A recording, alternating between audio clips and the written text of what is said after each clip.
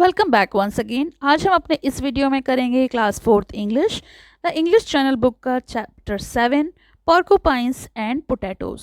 पॉर्कुपाइंस को हिंदी में शाही बोलते हैं। ये एक तरीके के कांटेदार जानवर होते हैं। और पोटैटोज तो आपको पता है, जिसे हम सब्जी के रूप में खाते हैं, आलू। How do you think farmers feel when animals damage crops in their farms?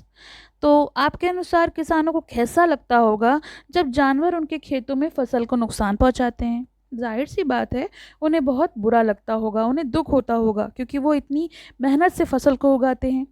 Let us read about how Mr. Money tackled a similar problem and saved his vegetable garden from being attacked by porcupines.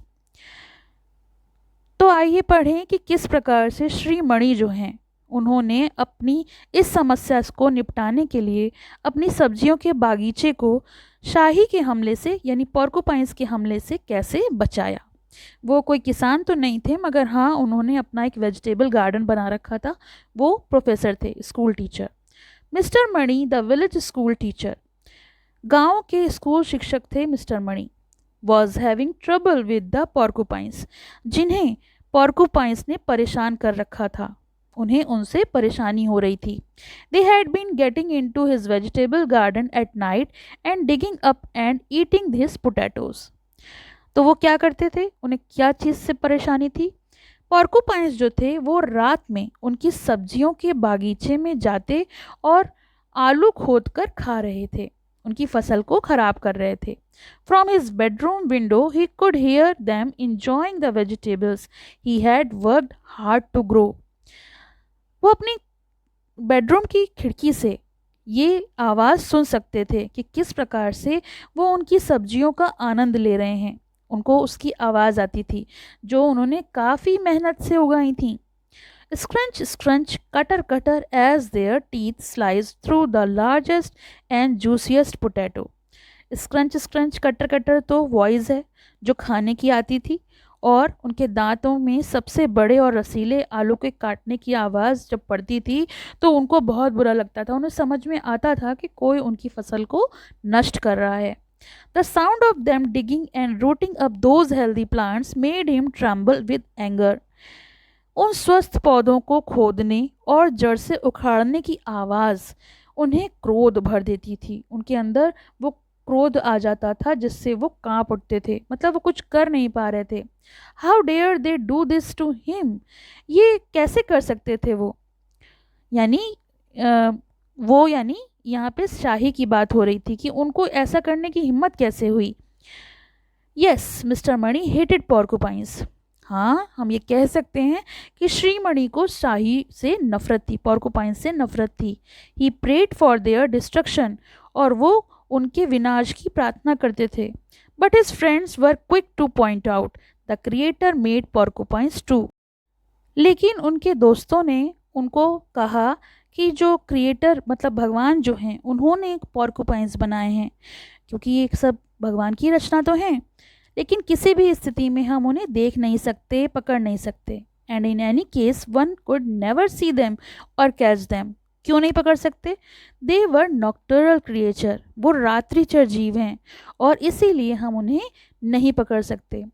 Mister Mani got out of bed every night with a torch in one hand and stout stick in another.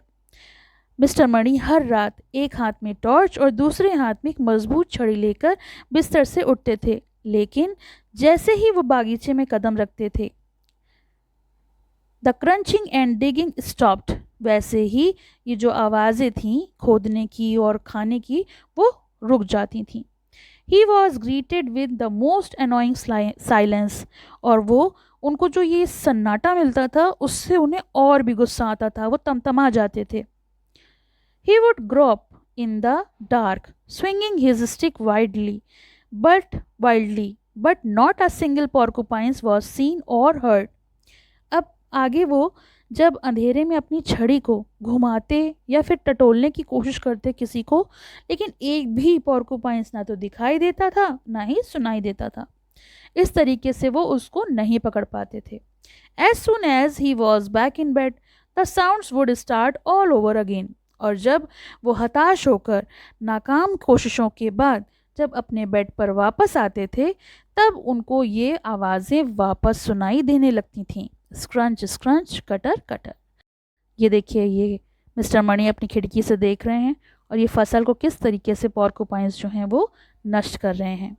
पोर्कुपाइंस जो होते हैं वो इस तरीके के होते हैं, इनके बॉडी पर कांटे होते हैं और दांत इनके काफ़ी पैने होते हैं। Mister Mani come to his class tired with dark rings beneath his eyes. अब पूरी रात तो वो सो नहीं सके, तो मिस्टर मणि जो थे अपनी आंखों के नीचे काले घेरे के साथ थके हुए अपनी क्लास में आए।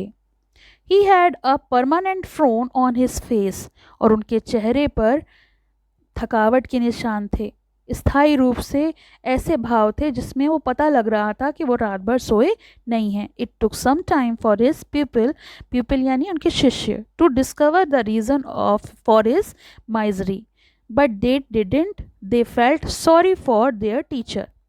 तो क्या हुआ, उनके विद्यार्थियों को उनके दुख के कारण जानने में ज़्यादा समय नहीं लगा, कुछ ही समय लगा, लेकिन जब उन्होंने ऐसा किया तो उन्हें अपने शिक्षक के लिए खेद महसूस हुआ।